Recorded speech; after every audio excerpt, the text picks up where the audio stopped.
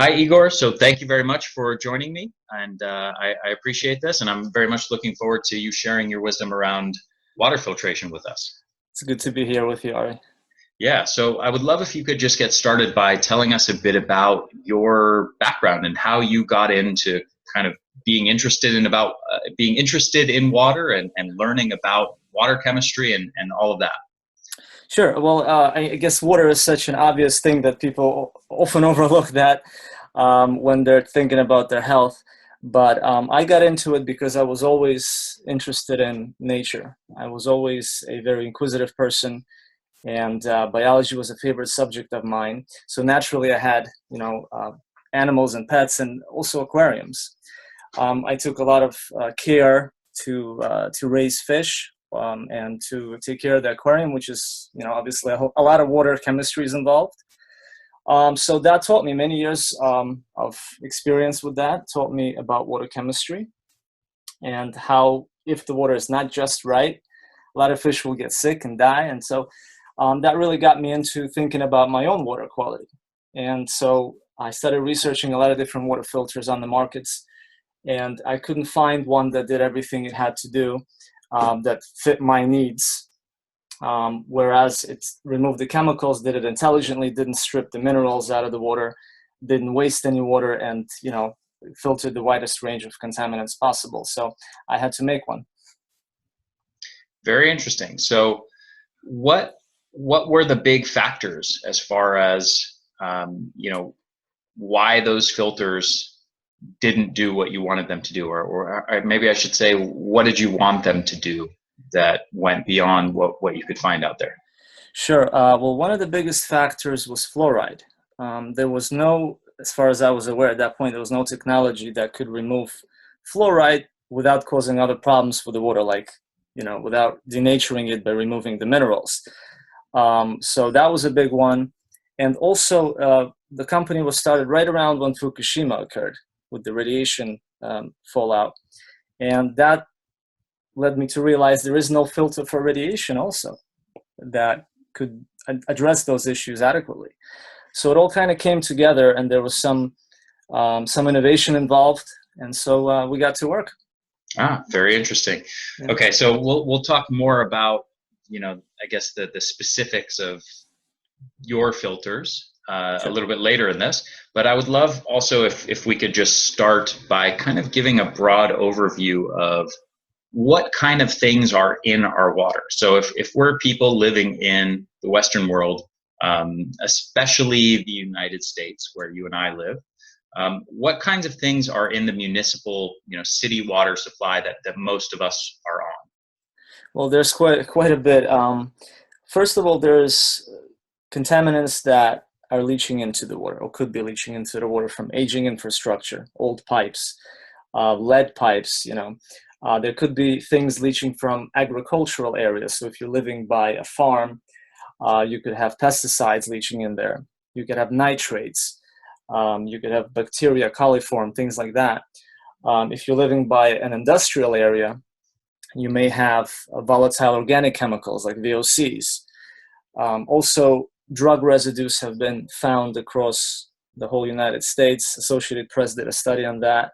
Various painkillers and medications people take actually end up in trace amounts back in the water supply. Yeah, shocking numbers of prescription drug residues. Right, yeah. So it's just, water is a universal solvent, so it'll absorb everything that society is using and then give it right back to us. And so those are the contaminants that get in there. And then you have another issue when the city actually has to process the water to make it drinkable, or at least, we'd like to think so. They have to add more chemicals to it. They have to add disinfectants like chlorine, ammonia. They have to add pH stabilizers. They have to add fluoride, according to the law, which is supposedly good for the teeth, which I don't agree with. But this is adding all into the cocktail, all the different chemicals, and they are mixing together. All right, and they're creating potentially other unknown chemicals as a result, because you have this fusion, you have this mixture of different things. So that's another risk right there as well. Yeah, and if I can jump in here for a second, I had a really interesting conversation the other day. We just moved to a new house, not I don't mean a new in the sense that it was just built, but a different house that is a new place for us. But it's actually quite an old house. It was built in the 1940s, and we're renting it. And I was talking to the landlord the other day, and the landlord is actually he's an older gentleman. He's probably in his mid 80s, maybe early 90s, and he's actually the original owner of the house. Like he bought it in the 1940s. Wow. And interestingly enough, he actually worked for Culligan, the water filter, water softener company, Right. for about 40 years. And so he had a water softener installed on the house, and my wife and I really didn't like the feel of the water. So he happened to be here one day, and I was talking to him about that, and I told him that I was interested in doing a whole house water filter, and just getting that installed to filter some of these chemicals out of the water. And he kind of chuckled at me, and he said, well, I mean, you can do that if you want, but it's your money. You're wasting your money if you want to do that. And I said, what do you mean? And he's like, well, the city already treats the water, and they make it safe. And I'm like, well, they add stuff to the water to make it safe and disinfect it, and they're disinfecting some viruses and bacteria and certain things, which parasites and stuff like that are potentially harmful. That's very true. But there's also potential consequences of the stuff they're putting in the process. Sure. And he just kind of chuckled at me, and he thought I was crazy, because in his mind, what the city is doing to treat the water is they're protecting us. They're making us safe, and they're purifying the water and doing all of that. So right, he trusts them.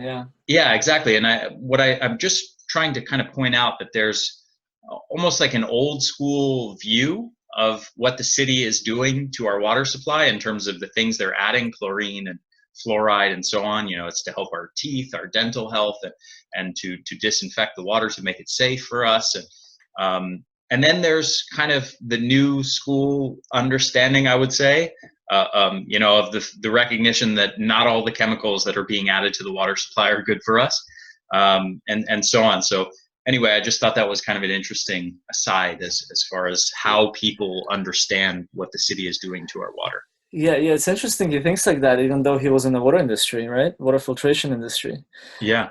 But I'll tell you, if you want to look at some examples of how there's problems with our water supply, even when the city's involved. I mean, look at Flint, Michigan. Look at what happened with the lead situation there. There was recently chromium-6 found in a lot of the different water supplies. I mean, you just got to look at the news, and that tells you, whether you feel comfortable or not is up to you with that type of water. But I personally like to take care of my own water and not depend on someone else to do it for me. This way, I know I'm doing it right, and I feel more comfortable at night that way. Yeah, likewise, I feel the same. So is there anything else of note as far as what's in our water? So you mentioned some of the VOCs and some heavy metals and fluoride and chlorine. What about chlorine disinfection byproducts? Yeah, there is certainly that issue. The trihalomethanes, haloacetic acids, all these type of chemicals, chloroform, these are all formed as a byproduct of chloramine. As I was mentioning before, when chemicals mix together, they create other things, other byproducts, and they're being discovered. New ones are coming out all the time. So the more you look, the more you'll find. And radioactive contaminants is another issue too now. So talk to me about that, because as far as I can tell, you're one of very few people who are even aware of that or talking about it, because most people seem to not ever mention anything about radioactive substances in the water. Well, it's because you're assuming, right, that, where would it come from? Because there's no nuclear meltdowns in the US, everything should be fine. But there's a lot of research that shows that as many as 80% of the nuclear power plants in the US, and there's as many as 100, I believe, or a little more than 100 of them, are leaking because they're old and they're not well maintained. and so they're leaking into the environment, which can eventually end up in the water supply. You can also have naturally occurring radioactive contaminants if you're on well water, like radon or uranium, for example. Those are naturally occurring in the earth, so that can come from the ground. And then you also have fallout radiation from nuclear weapons testing, or things like Fukushima in Japan, if, when winds blow that over here. So there's certainly a concern for that, and there's a need to have the water filter address that. Very interesting. Anything else in our water? Or does that pretty much cover it? Well, I think for the most part, those are the main things. I mean, heavy metals, that's also an issue. I think I mentioned chromium and lead. So I think those are the main ones, though. Okay. What about chloramine? And can you kind of explain what chloramine is? Sure, yeah. That's one of the disinfectants that more places are starting to use now, because they've been using chlorine so long that it's starting to become ineffective. In other words, the microbes have developed a resistance to the disinfection, and so now they're adding ammonia mixed with chlorine, which is creating this more persistent chemical called chloramine, which is a lot harder to remove because it stays in the water longer. It doesn't evaporate as easily as chlorine. So they solved the problem, or they're trying to solve the problem with the resistant bacteria, but they're creating this harder to remove chemical now as a result. Okay. And so chloramine is harder for us to filter out of the water compared to just plain chlorine. Well, it's a lot more difficult. You need special catalytic carbon for that, which our filters have. Regular activated carbon won't cut it. You have to break that bond with catalytic activity. So yeah, it's a lot more difficult if you don't know what you're doing. Yeah. Okay. So actually, one thing that I should mention here before we get into the specific types of water filtration is, how does one know what's in their water? And I already know the answer to this because you walked me through this over the phone, and we kind of went through it for my area in San Diego, California, and the part of San Diego I'm in, you can actually get a report for figuring out what's in your water supply in your area. So can you just kind of talk people through that? Yeah, I mean, by law, each municipality has to release a what's called a consumer confidence report, free of charge, once a year. And this report is sometimes called annual water quality report, but this report shows you what the city has tested for, what they're adding into the water, and if any contaminants is above the limit, the EPA limit. Now, those reports are a general picture. They don't test for every possible contaminant in there. They're not required to by law. There's a lot of new emerging contaminants that they're not looking at yet, but so that's just somewhere to start. That's a place to start. But if you really want to get more in depth, the best thing to do is do your own water quality test with a lab. And there's various labs out there that have packages you can purchase, and they test for a bunch of different things, and that'll give you more concrete results based on your water supply. However, that being said, even sometimes the report can come back fine, right? And a week or a month from that point, something happens, and there's a new contaminant that gets into the water supply, right? So that's not definite as well. That just gives you an idea, but it doesn't protect you moving forward. It doesn't guarantee you that the water quality will stay that way. Right. So filtration is like insurance as well. Even if the water seems fine, it's insurance in case it's not at some point. Cool. Okay. So understanding all of that, how can we protect ourselves? What are the different types of filtration that are available to us? And let's kind of go through each one by one and talk about the pros and cons of each type of filtration, as far as what they remove, what they don't, maybe how they alter the water in unintended ways, and so on. So can you give an overview of what are the different types of filtration? Sure. I'll start with the most common one, which is most people are aware of. It's reverse osmosis. And that is a technology that's been around for a long time. And initially it was designed to be used in industrial applications, where you had to have water stripped of everything, like circuit board manufacturing for electronics, or pharmaceutical manufacturing, where any types of minerals or anything in the water would interfere. However, that's not good when it comes to drinking water because it denatures it. It takes out all the beneficial minerals, electrolytes, and leaves your water acidic. Acidic water is corrosive, and it's been shown to pull minerals from the body because it doesn't have any when you drink it, so it pulls them out.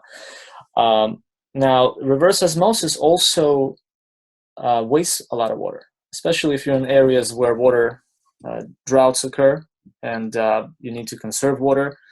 Reverse osmosis wastes about 3 to 4 times the amount that it filters. So every gallon that you filter, you're going to waste about 3. Wow. Yeah, and so it's very wasteful, and it's got its drawbacks. The membrane itself is thin, and it can break and leak impure water without your knowledge. So you have to constantly test the water to make sure the membrane's not defective. It's got a storage tank, which is called a bladder tank, that the water goes into after it's filtered. Those tanks tend to go stale, and they tend to have bacteria develop inside, and you really can't open them to get in there and clean it. So it poses some problems, that technology. And so that's the most common one I wanted to address, and the problems with it. Actually, a couple little questions there. One is on the subject of you use the word denaturing the water. Now, are you using that term loosely? Because I haven't really seen so much evidence to support water denaturing, but are you using it just to say that the water is being stripped of minerals and the pH is being altered? Correct. Yeah, stripping of its natural nutrients. Okay. That's normally found in natural waters, like electrolytes and minerals. Okay, gotcha. Yeah. And are you aware of, as far as the pH issue? I mean, there's a lot of discussion right now about alkaline water and kind of people talking about the benefits of alkaline water and so on. Are you aware of any, kind of, I guess parameters in terms of pH that humans should be drinking water at, or what maybe natural waters tend to be at in terms of pH range? Well, natural water ranges from about 6.5 to about 8.5, as far as I'm aware. Most commonly, it's over 7. Mm-hmm. So I feel like it's best to pattern the water chemistry that's found in nature for us, because we evolved with this type of water. So I think our bodies are better suited to handle water like that, and it probably gives it more benefit as a result. So water somewhere, I would say between 7.5 and 8.5 would be my preference. But okay. It has to be natural alkaline. It can't be artificial, because artificial alkaline is like the ionizer machines. Okay. Yeah. Sorry. Well, maybe we can keep that as a separate topic. Yeah. Absolutely. Okay. So, and then reverse osmosis tends to alter the pH down to what, about 5.5? It takes it under 7. It depends on the membrane type, but it could take it under 7. I've seen 6. It could be 5.5. It depends on the type of system you have. Okay. So in general, it's moving it towards the more acidic range. Exactly, yeah. And then the other cons are mainly wasting water, potential membrane rupture, stripping it of minerals, and the holding tank issue. And the holding tank issue, yeah, with the stagnation, yeah. Okay. In terms of actual removal of chemicals, how good is reverse osmosis? For the most part, it's quite good, because it indiscriminately just blocks about everything except the water molecule.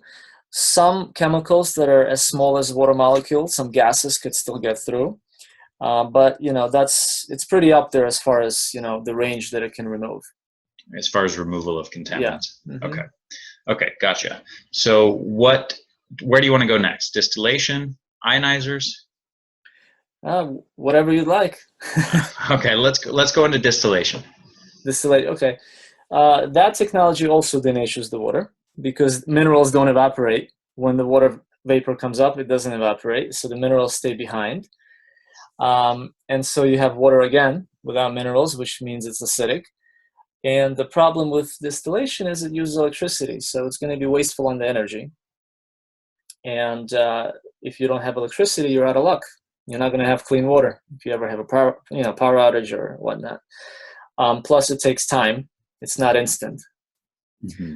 So those are the main drawbacks of that. Okay. What about as far as removal of contaminants? How does distillation compare to reverse osmosis, for example?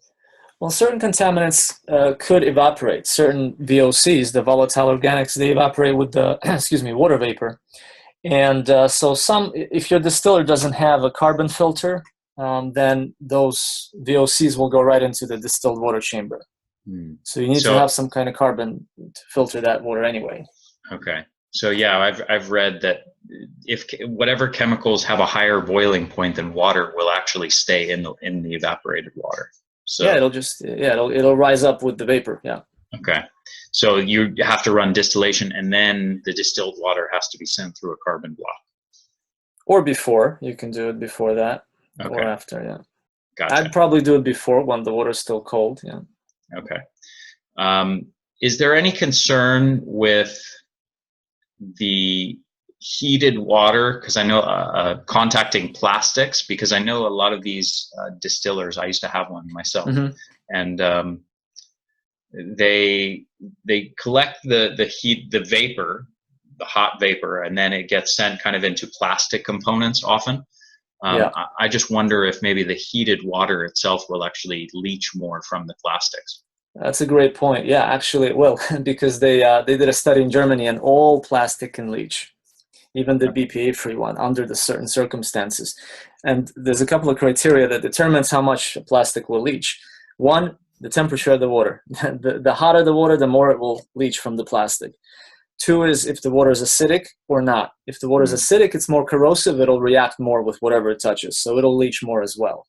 Again, distilled water is acidic, okay, Yeah. and hot.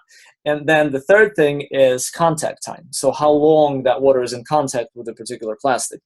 Again, that's a check for distilled. So you have three of those elements.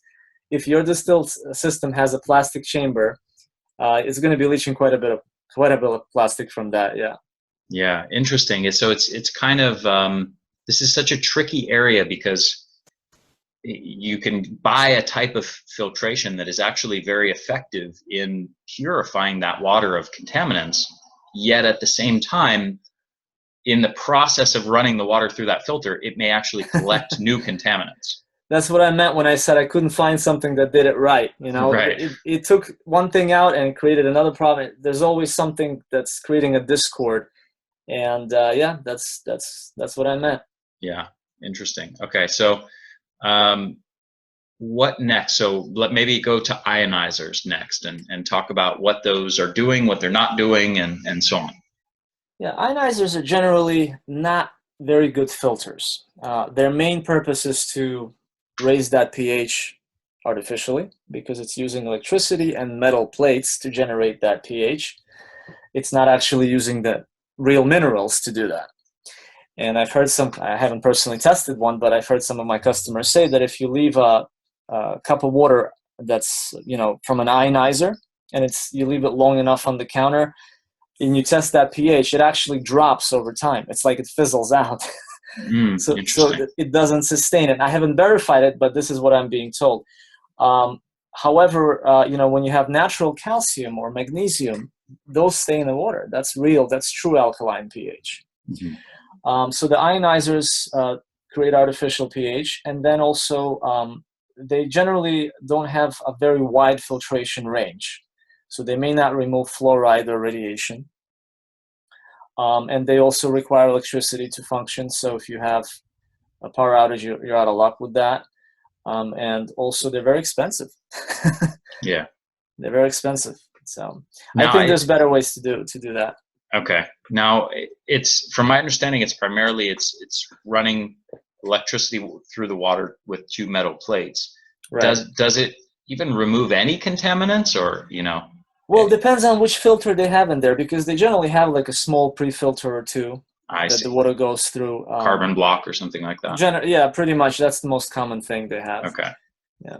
So that's the actual part that's removing contaminants. It's mainly the carbon block. The carbon block, right. Okay. Gotcha.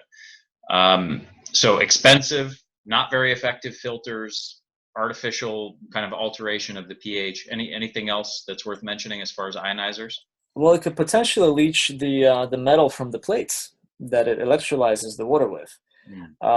So basically, if it's titanium coated plates, that there's a chance it can leach into the processed water as well. Interesting. I've also read something on the subject of ionizers that said that the plates lose effectiveness quite fast. I wonder how that happens. Do they get worn out? Does the metal leach off the plates, or I mean, that's I mean, this is a little out of my expertise, so I don't want to speak beyond my knowledge on the subject, but I can't remember the exact mechanism that I think that they were suggesting, but there's some kind of reaction that's taking place on the surface of those metal plates, and I think after a certain time they basically just kind of get worn out and lose a lot of their effectiveness. But so that's logically thinking, if they're getting worn out, where is that wear going into? If they're wearing off, where is that byproduct going into? Is it going into your processed water? I mean, it has to go somewhere. I don't know, but me personally, as someone who studies the science around health very, very intensively, I've never been compelled to get an ionizer, because I've never found the research particularly compelling, showing that they really truly have health benefits. There's an interesting article on Google. I think if you put in the keywords true alkaline versus artificial alkaline water, there's a doctor that makes a pretty interesting case on why the artificial water is not healthy. Interesting. Yeah. Okay. So what's left? What other types of filtration are there? Well, you have gravity-based systems that work by, when you pour the water into a top chamber, it drips down into the bottom chamber.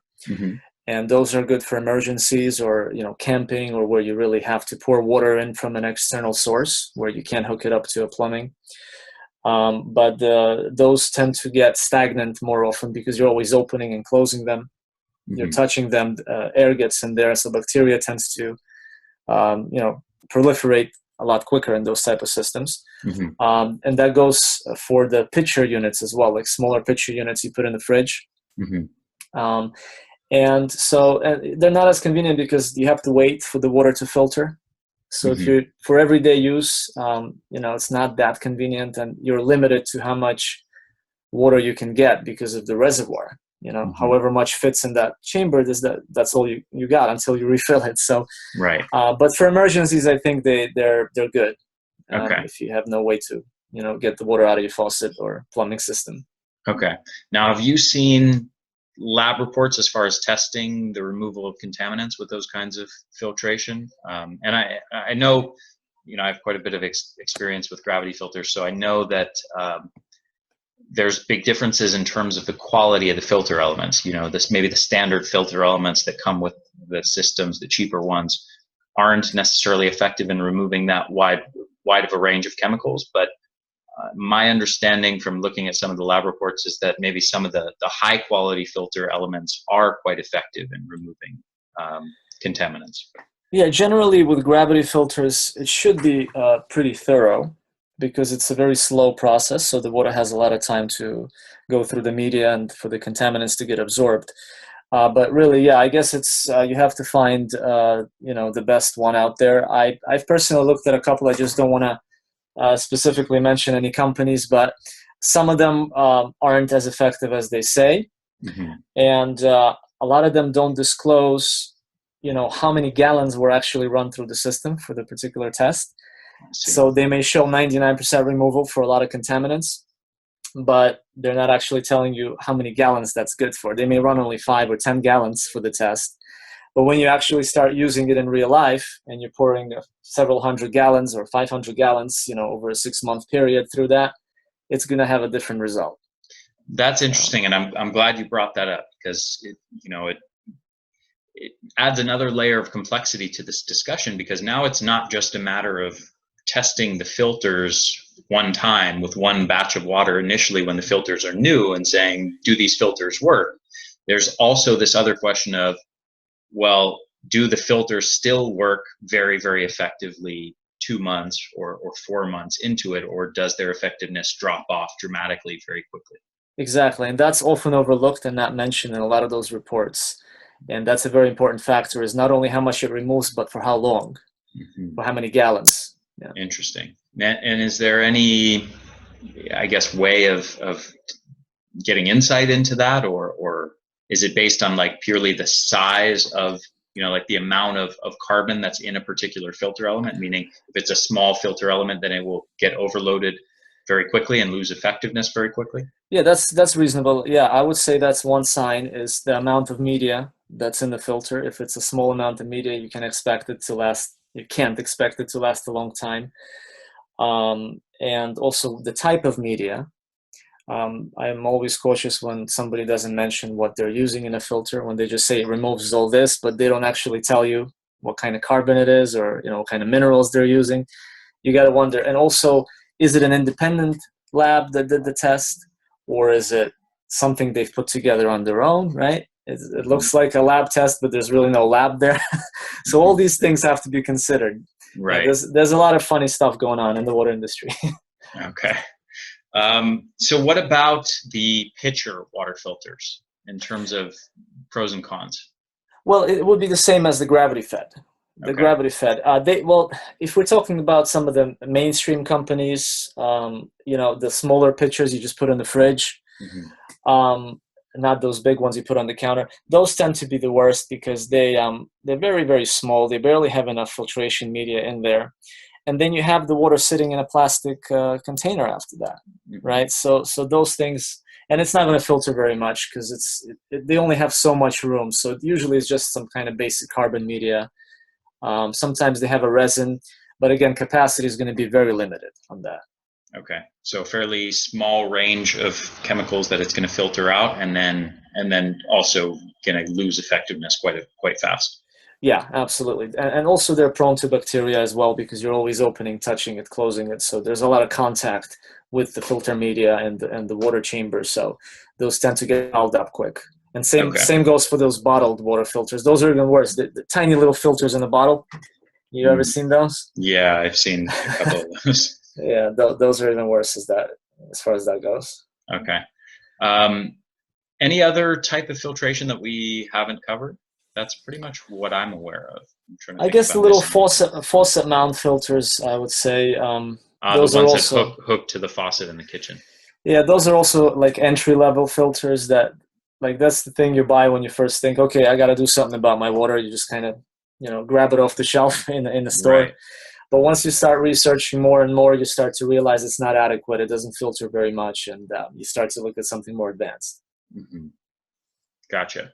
And so I think that pretty much covers most of it. Now, what are your filters? Because you have a company called Purify Filters, and what are your filters? What type of filtration is it, and what distinguishes your types of filters and the filtration methods from some of these other methods that we just discussed? Sure. Well, as I mentioned in the beginning, I was looking for something that would address all the drawbacks that these other technologies I mentioned have. So this company was born from that desire. And so I created a filter that filled in all the drawbacks. In other words, it does not denature the water by removing minerals. It does not waste any water. And it has sufficient amounts of media to sustain high levels of contaminant removal for a long time. It's also made in the USA. So we don't use any cheap parts. We don't use any parts out of China because there's quality control problems and contamination issues that are prevalent there. So all the cartridges are made in the USA. And there's different models that we offer, but they're really designed to intelligently filter the water. So you have the bad stuff removed, but the good things remain. Okay. So tell me about, I guess probably the most popular models that you sell, I would imagine, are like the under-counter, for the kitchen models, which are, kind of the same look and style, comparable to like the reverse osmosis units, like the way that most people would use those. Yeah, those chambers are pretty standard. So you have those 3 chambers. It's called the Ultra UC, which stands for under counter. That's our most popular model. And it does not have any storage tank. The water is instantly filtered. It freshly goes through the filtration media and comes right out of the faucet. And it's a lot smaller, so it takes up less room. than a reverse osmosis because there's no tank and no membrane. It doesn't use any electricity, so it'll work when you have no power as well. So in emergencies, you still have clean water, as long as you have water pressure, but usually we don't lose water, we lose electricity, right? And that maintains the mineral integrity of the water as well. Okay. So what's actually in that? What is the type of filtration that's going on there? Because we talked about things like distillation and ionization and reverse osmosis. What you're using is a different type of technology, correct? It's a mixed media system. I guess you could say a multimedia system, because it combines different types of very effective natural media, like minerals, different advanced carbons called catalytic carbons, minerals like zeolite. We have phosphate, calcium in there. So it's a combination of different natural substances that have been proven very effective at absorbing contaminants. But they're not very effective at removing minerals. So the minerals pass through, but contaminants are intelligently targeted by this. So we've purposely selected it this way. So I consider it like an intelligent filter, I guess, smart filter. Interesting. Okay, so talk to me about what kinds of medias are actually in that filter and what they do. All right, so there's 3 different catalytic carbon. And by different, I mean they're from different sources. There's carbon from wood, coconut, and coal. And the reason we're using 3 different carbons is because there's different pore structures. Some carbons have really tiny pores, some have medium size, and some have larger pores. And that's what determines the type of chemicals it'll better absorb. And just to jump in real quick there, I'm under the impression that most other filters only use one type of carbon. Is that correct? Usually, yes, and it's regular activated carbon. It's not catalytic. If they do have catalytic, it's going to be usually just one type, either coconut shell catalytic or something else. Okay.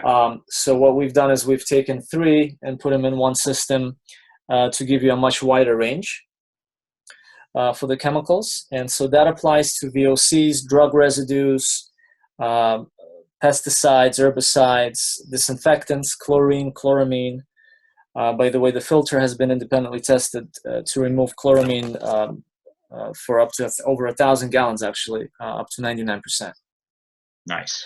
And that's a really tough one to remove. Yeah, so that's the effectiveness of the catalytic carbons in the unit.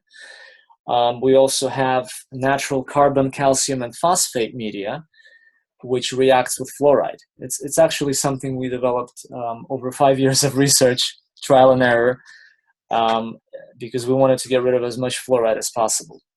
And we've created a cartridge that independently tested, removed it to non-detectable levels.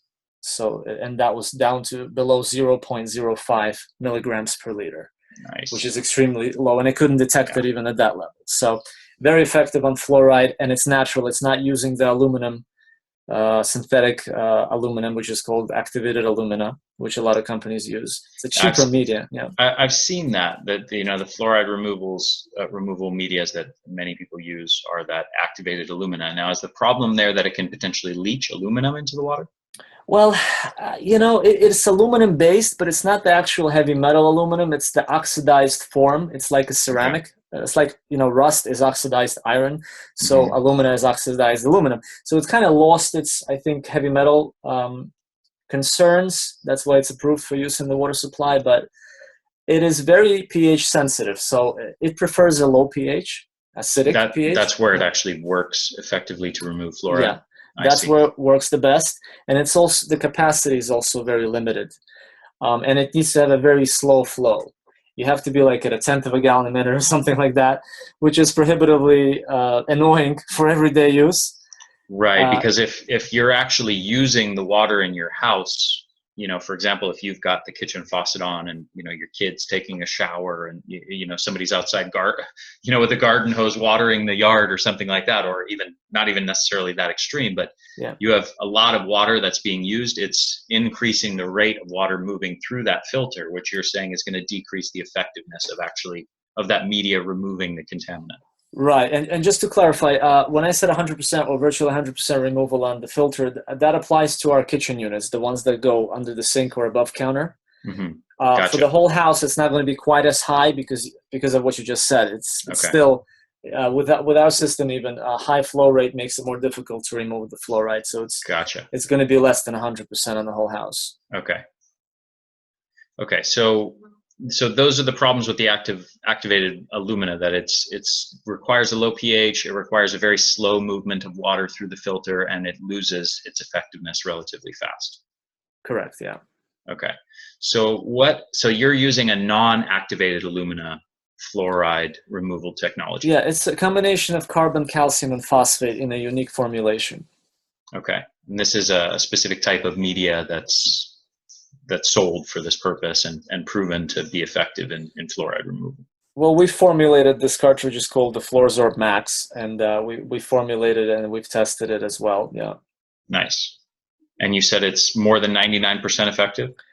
Well, no fluoride was detected down to a 500th of a milligram per liter. So Nice. virtually, that's why I say virtually 100%, because maybe a part per trillion, maybe there's a little ion or something, who knows? But right. Well, no filter technology removes every last trace of every last thing. Is that correct? Yeah, I mean, I have to assume I mean, you may have an atom or two or something left still. Even if you have the best filters, you could still have an atom or two. But I think that's already so negligible that it's not worth really being concerned about, Okay. So what else is in that filter unit? We have a natural zeolite mineral, which is very effective for certain types of radioactive contaminants, particularly strontium and cesium, which have a very long half-life.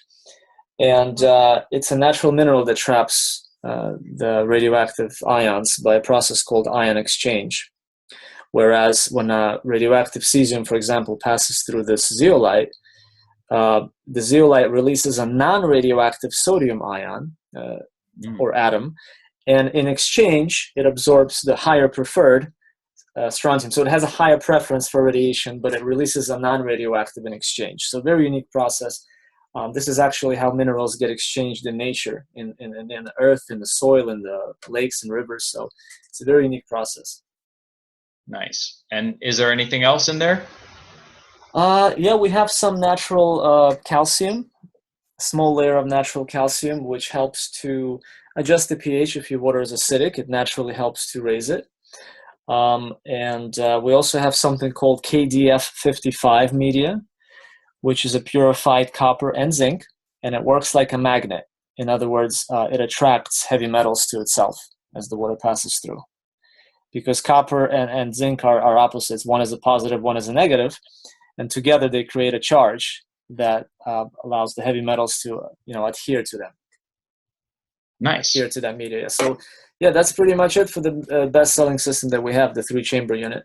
Okay. So as far as removal of contaminants, how would you compare and contrast the range of removal of different contaminants and the efficiency that it removes these contaminants to, like, distillation and reverse osmosis? For the most part, I believe it's comparable. Now, if you're concerned about things like microbes, like viruses and bacteria and living organisms, then I would recommend our most advanced unit that has ultraviolet light and special 0.05 micron cartridge that traps them. That would be the next level up. And if we compare that system, I think it's very comparable, except without the drawbacks. Okay, so you're getting basically all the same removal of contaminants as like a reverse osmosis system? As far as I looked, and the contaminants in question, some of the most difficult ones, yes, like fluoride, chloramine, maybe even better, because I've seen reverse osmosis get about 95% of the fluoride out, whereas our system, there was non-detected. So yeah, maybe even better in some regard. That's an important one to remove. Yeah. Okay, and so what about drawbacks? How does your system have any significant drawbacks? And obviously you have a vested interest in that, but can you maybe explain as in an unbiased way as possible if your system has drawbacks, and compare that to the drawbacks that you talked about with reverse osmosis and distillation? Well, you got me thinking now, because I made the system not to have, or at least have as least drawbacks as possible. Well, the disinfection unit that disinfects the water, it tends to heat the water up because the UV light in the UV chamber is always on, right? And so it gives off heat. So that's something we're working on fixing, though. We're doing a flow switch that will automatically turn the water off, turn the UV light off when you're not using the system. So we're always working to improve. Drawbacks, I don't, it's hard to say. I mean, we've tried to do everything we can with this to make it as perfect as possible. Hey, if you're perfect, just say you're perfect. Well, I admit there's always room to improve. Sure. Yeah, but as far as absolutely. I'm aware now with the contaminant situation and to the best of my knowledge, I think we're covering as much as possible. Cool. And so the main drawbacks that we talked about with distillation, potential leaching of plastics, making the water more acidic, removal of minerals, none of those drawbacks are present with your system.